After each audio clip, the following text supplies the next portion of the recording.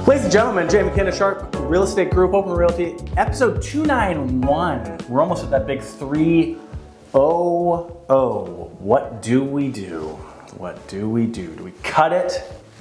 There's too many videos. If you can be bothered, just put a little comment down below if we should just end it there and you never see me again. Or if we should just keep going or do a different thing. I don't know. What else is there to do? I really don't know. So this week, we may title this, What Happens on Those Calls? What the hell does that mean? How are you buying in today's market? What is said?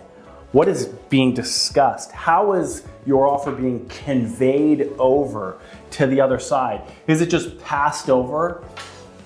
You know, we do get, surprisingly enough, Al, you're not gonna care or know any difference from this, but we'll just get like random emails.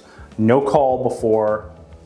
Every agent has had this, that has had listings. No like, hey, what's up? This is what we're doing. Just inbox offer from a random showing at like an open house a week ago.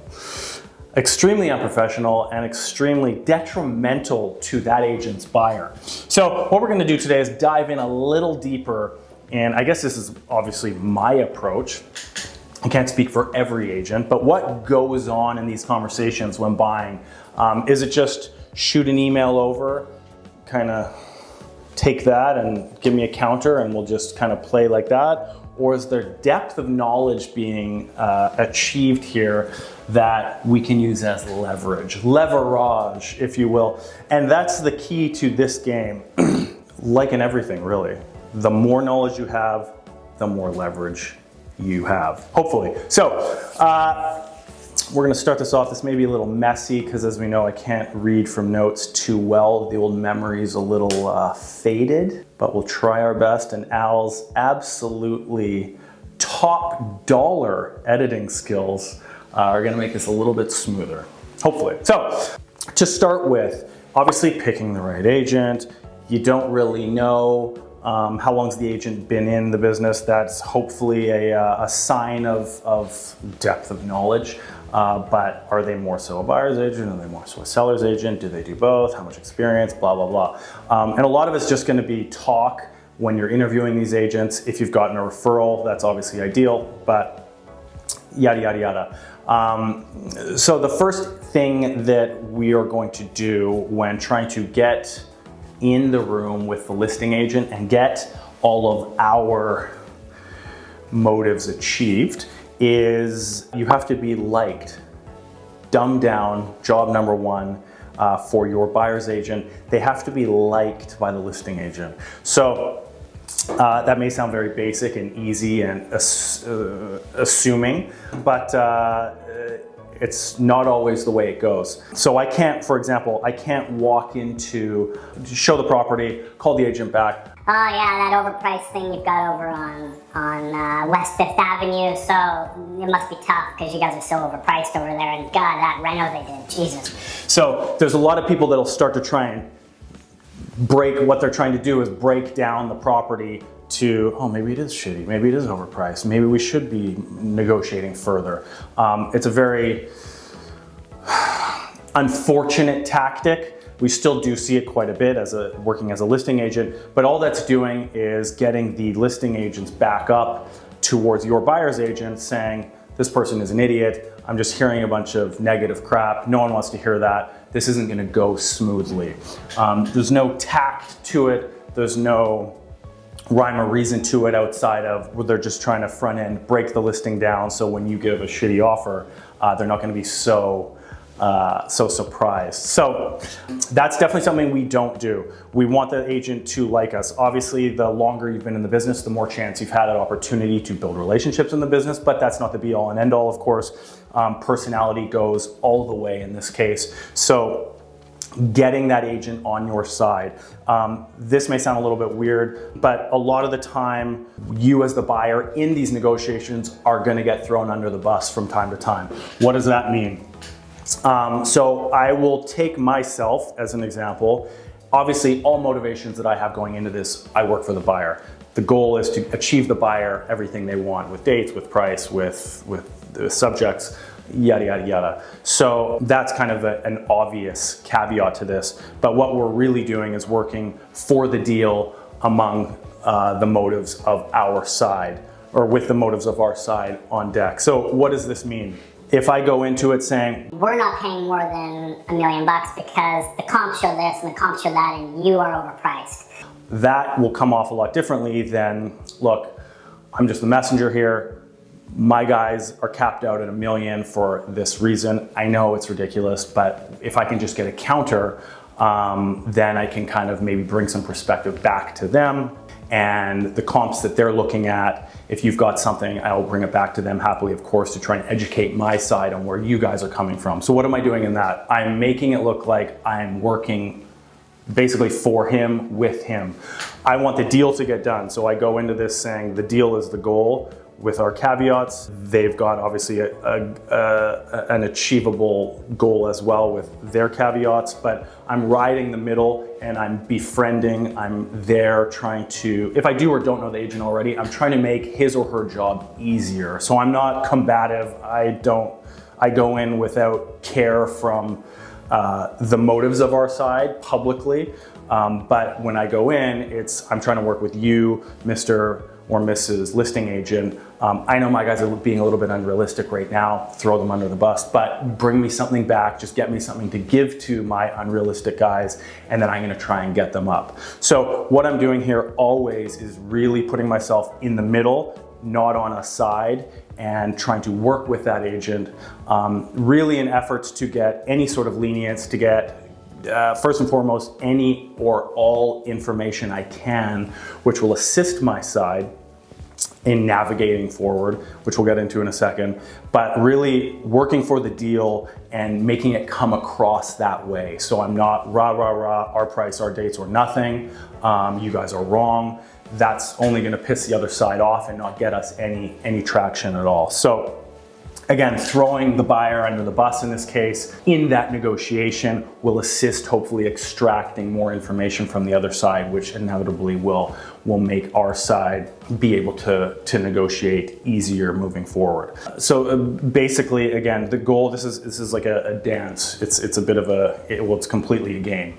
What I'm trying to do is extract as much factual information from the other side as possible by way of a variety of methods to build our case in knowing, okay, what are the other side's opinions, their motives, their narrative, what are their hard lines in the sand, and when the other agent likes you, that information seems to just flow out a little bit more.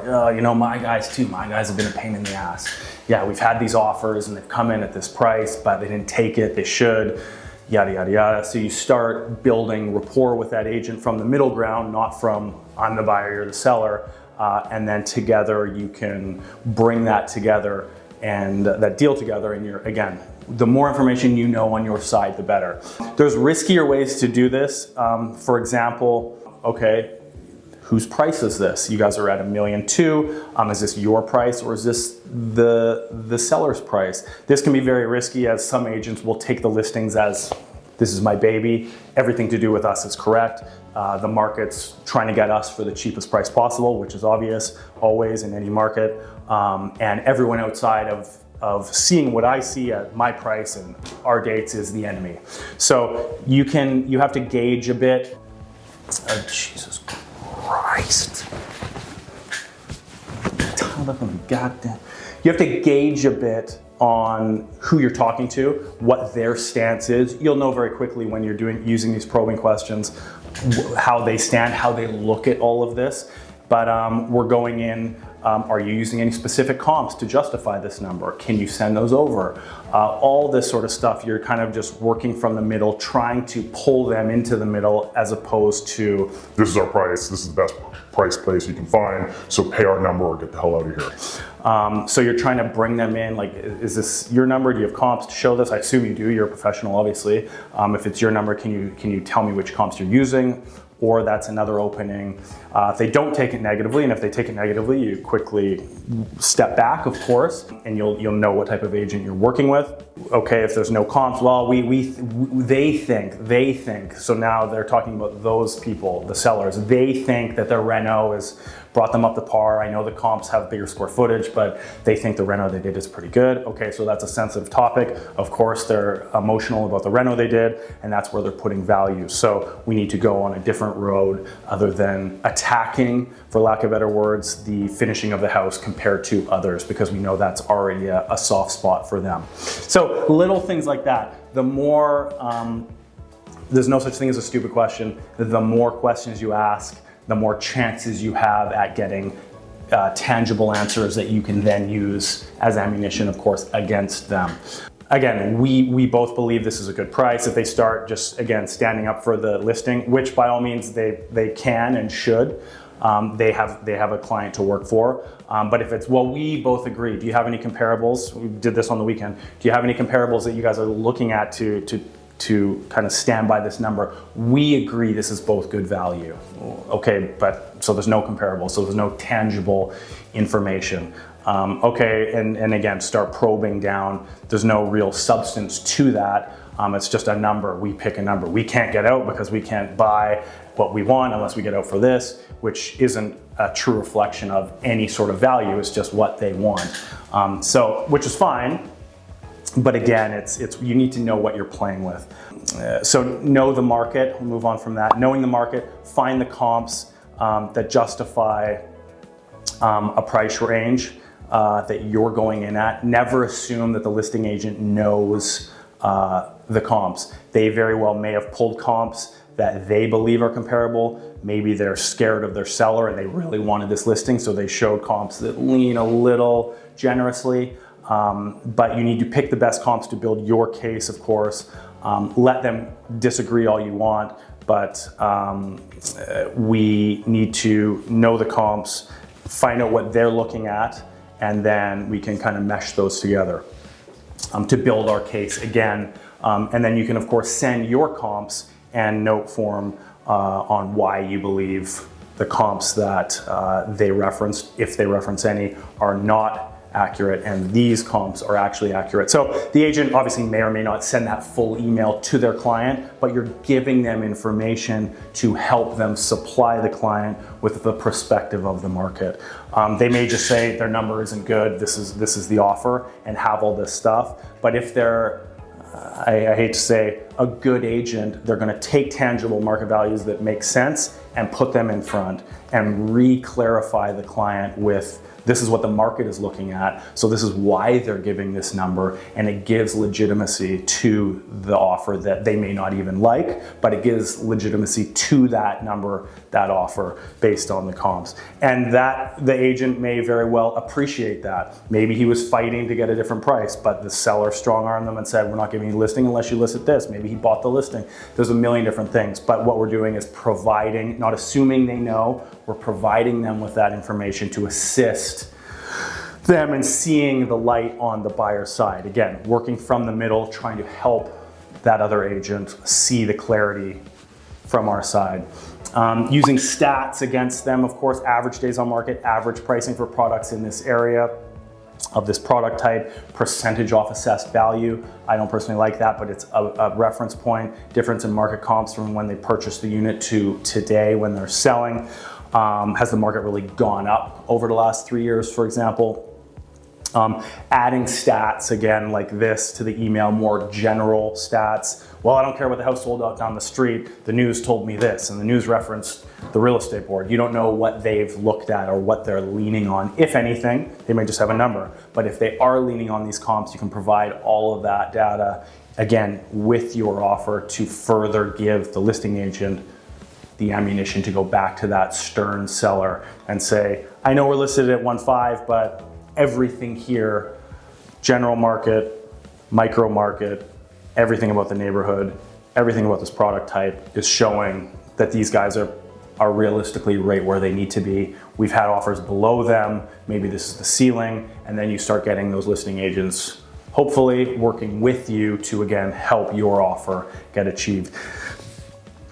Days on market and all that sort of stuff, again, are nobody's friend. And listing agents, they're humans too. They don't want a house on their just listed page for 3 months, 4 months, 5 months. They want to get paid. They want the seller to move on.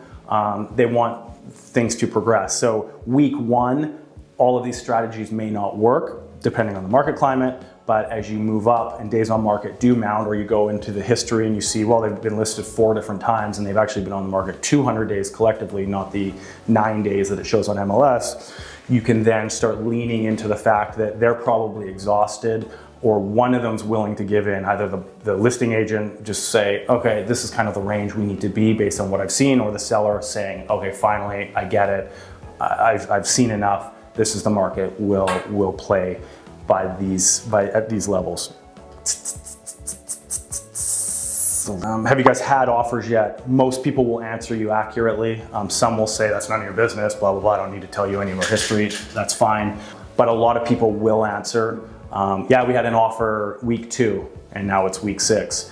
We didn't take it. Oh, was it just too far off on price? Was it too far, did like dates not line up? No, they need to be like really close price-wise. Okay, that's typically the answer, and an easy blanket answer you can receive. But sometimes you might get a little bit more.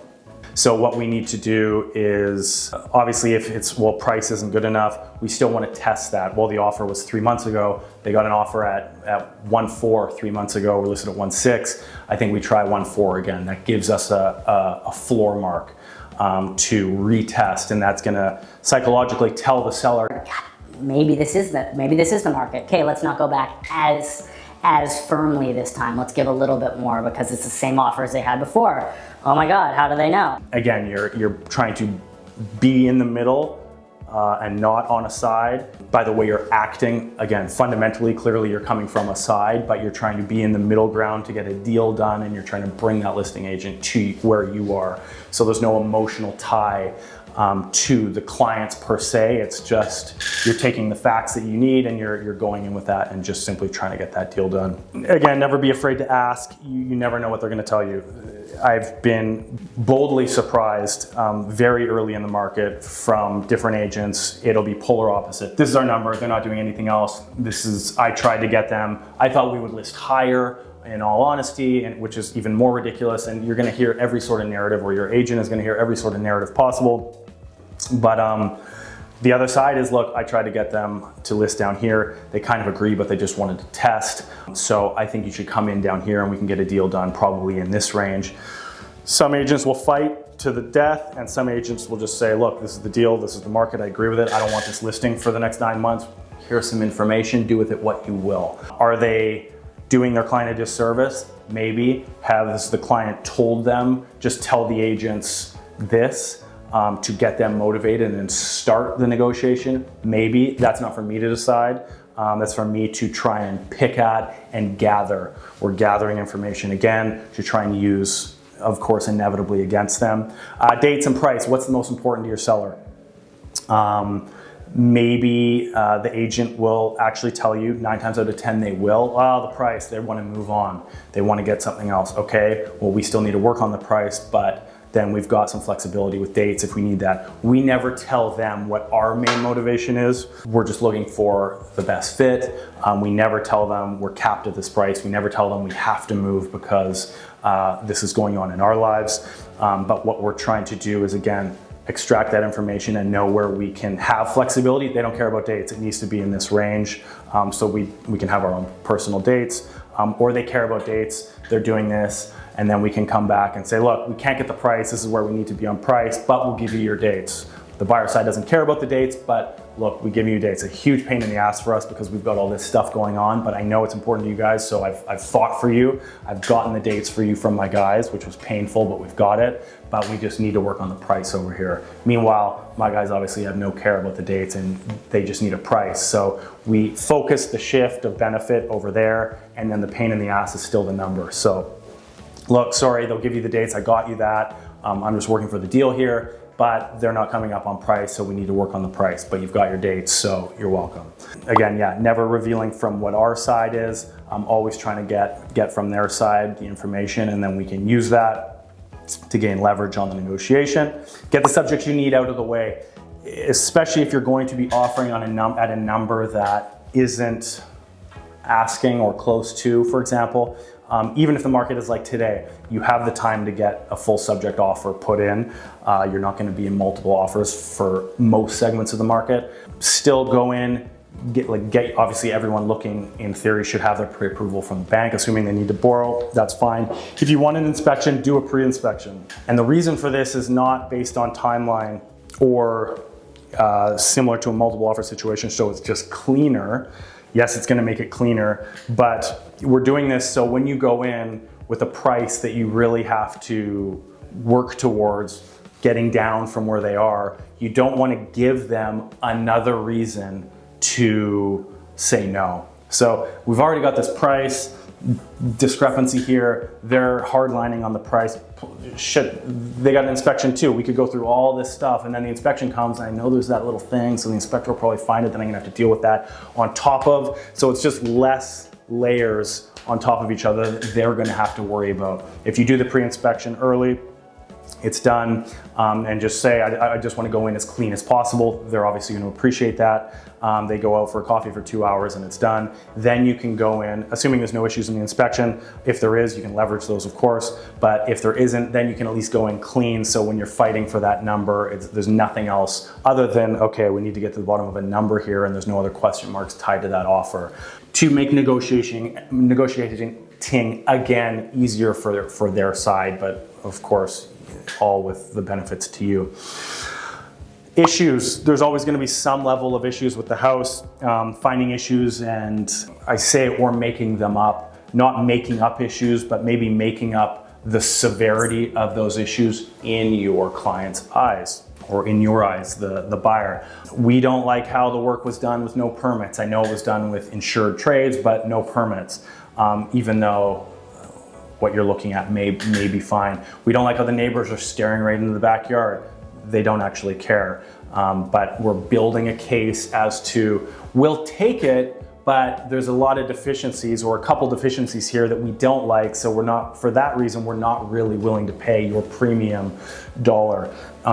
We don't like how the back deck is about to fall off. There's a lot of stuff where if there's actual issues, the deck is rotting, and it's physically there today, the seller knows, and they chose not to for a variety of reasons, probably because they can't be bothered, but they've chosen not to fix it before. So they know about it, you're bringing it up, and that's now a tangible shit. Now these guys know about it, so something's gonna have to happen. I didn't want to fix it, but now I'm gonna either have to get it fixed or pay, and that starts, again, working in for you at a bit more leverage and a bit more reason for them not to sit on their high horse at their top dollar and not budge at all.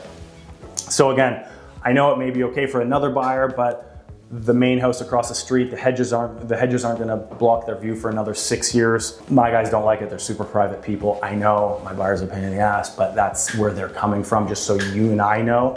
So it is an issue to them, and they're not really gonna wanna push that price to premium if they don't have a totally premium environment that they are buying.